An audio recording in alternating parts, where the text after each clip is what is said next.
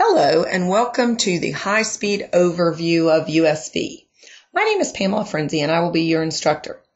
During this presentation, we will cover the things that have changed as far as the high-speed signaling environment versus the full and low-speed environment. We'll look at the new signaling environment.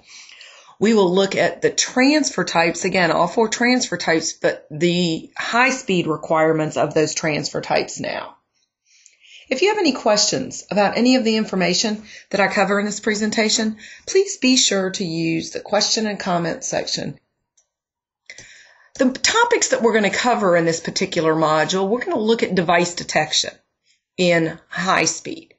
We'll look at the differential signaling, but the requirements now for the high-speed differential signaling. We'll look at the driver and receiver requirements for high-speed signaling. And we'll look at reset and suspend signaling in high speed.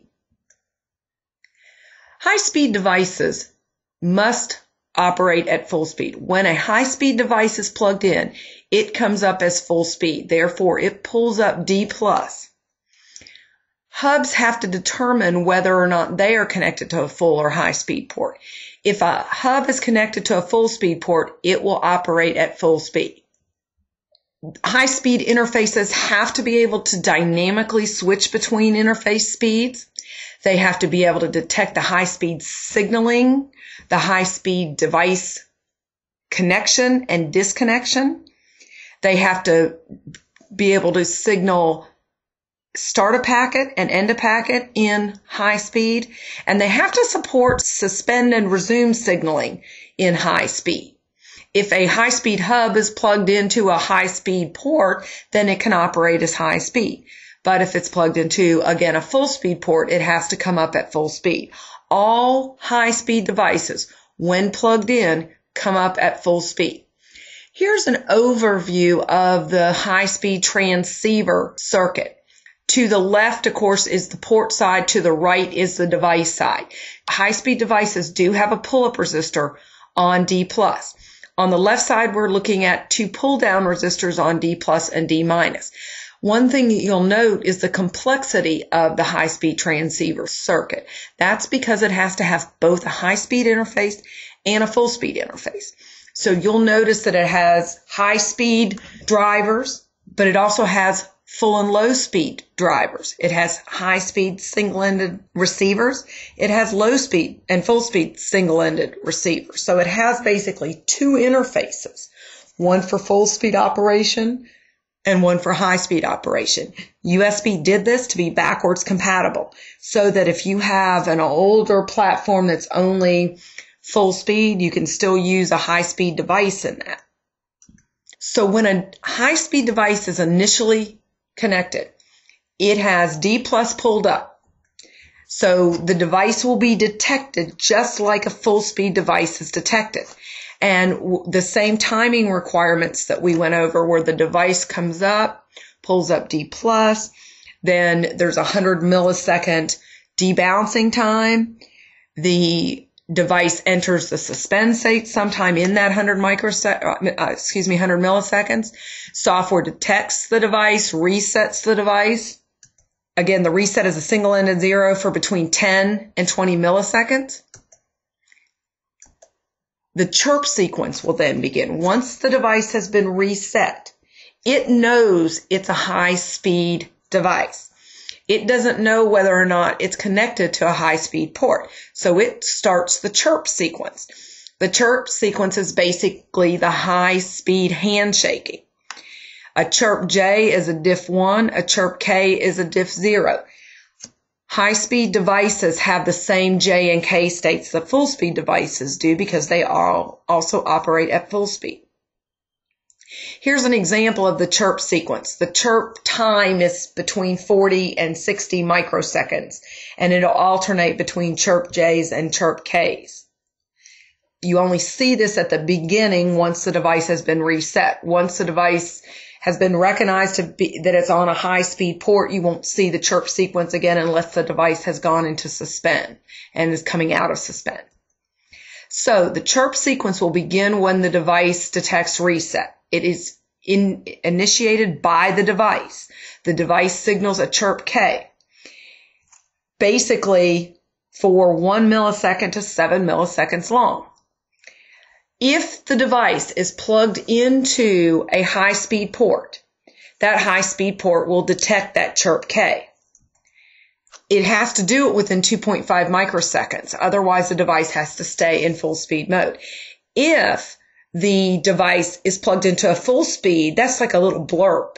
It's very, very small timing compared to the full speed environment. And obviously, it doesn't recognize what it is, and it's not going to signal back. So the device will have to stay in full speed.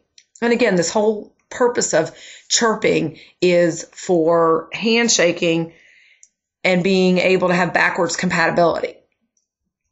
After a device signals chirp K, the hub has to start sending chirp Ks and chirp Js, and it has to do this within 100 microseconds. Each K and J is between, again, 40 and 60 microseconds. After the device detects 3 of these pairs, then it must change to high speed within 500 microseconds. It needs time to be able to turn off its full speed interface and enable its high speed interface. So it will disconnect the pull-up resistor. It will enable all of its high speed terminations and enter the high speed default state. And again, it has to do this within 500 microseconds. Once the chirp sequence has completed, the bus now is in idle. Both D plus and D minus stay at a single-ended 0, and this provides impedance matching. Impedance matching is more critical for high-speed operation. Usually only done, though, for short periods of time, no more than 125 microseconds unless we have a start of frame miss, the device is reset, or the device is suspended. Differential signaling, again, USB uses differential signaling, and differential signaling is used in the high-speed environment. The impedance matching is more critical in high speed, and it's necessary to eliminate reflection. We have a 90 ohm cable, and it's going to be matched with 2 45 ohm series terminators between the data lines. The data J and K states are the same as they were in full speed. A differential 0 is a K state. A differential 1 is a J state.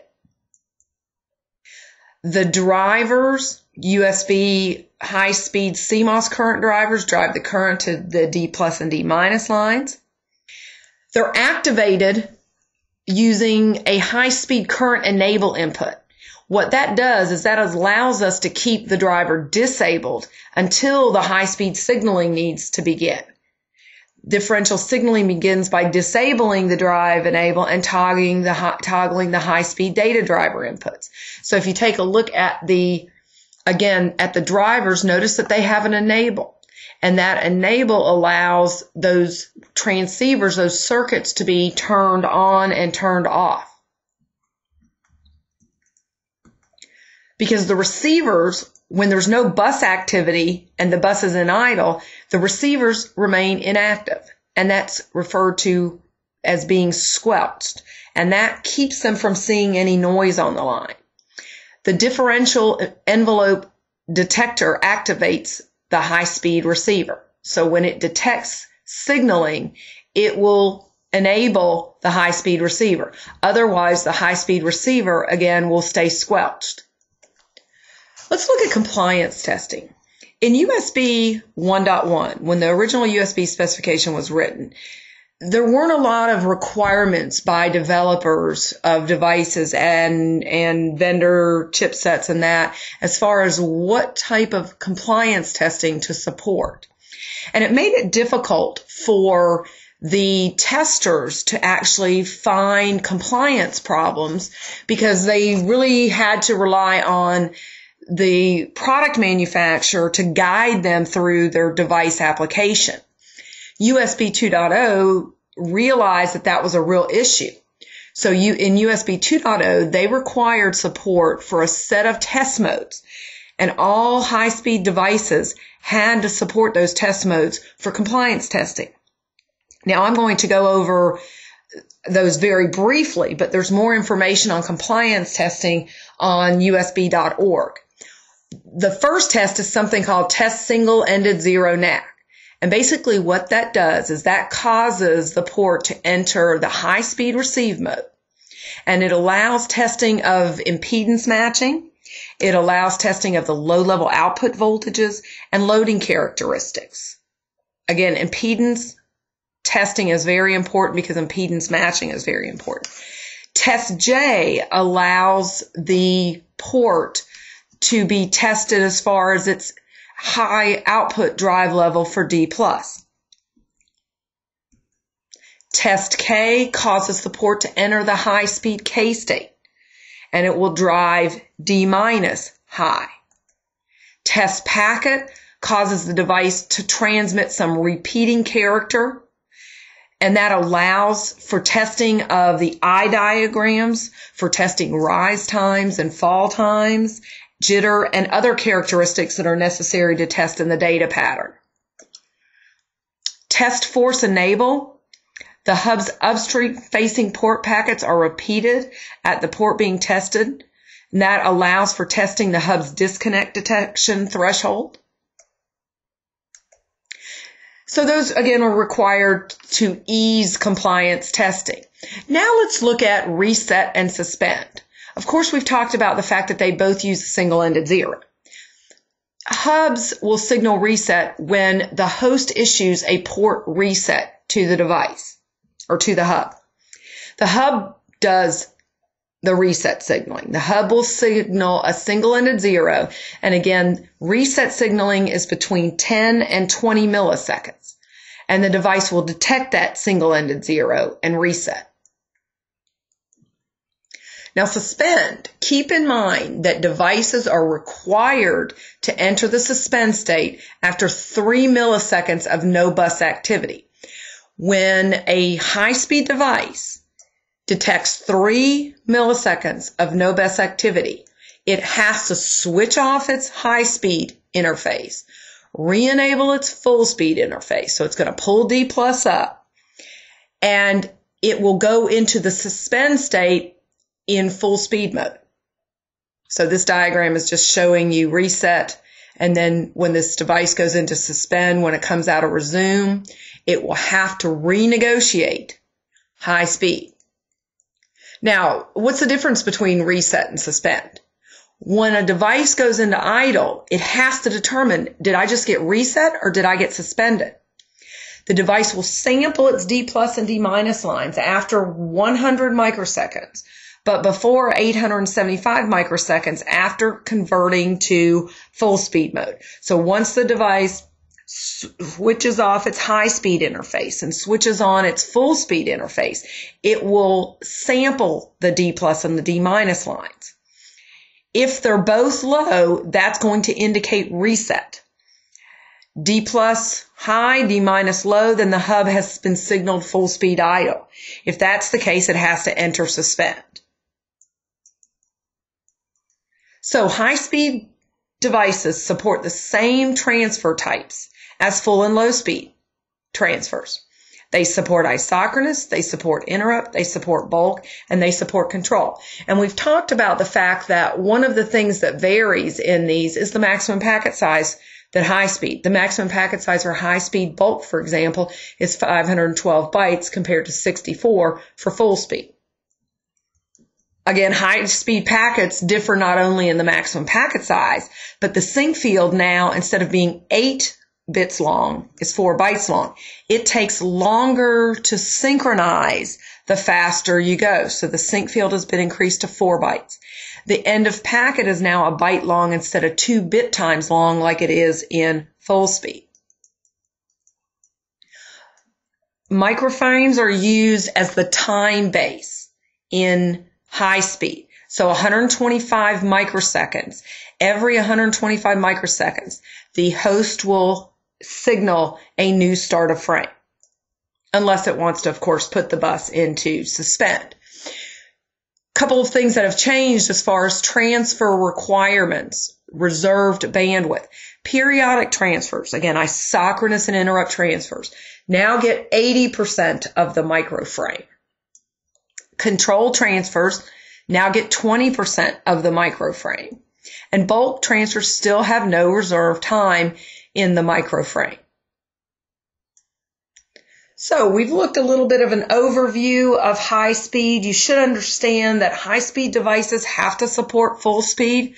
High speed devices have to come up at full speed, negotiate through signaling to go to high speed. When they go into suspend, they have to go into full speed first and then go into suspend. When they want to come out of suspend, then of course they have to renegotiate the handshaking. If you have any questions or comments related to the information that I covered in this presentation, please use the question and comment section. Thank you for viewing the high-speed overview module.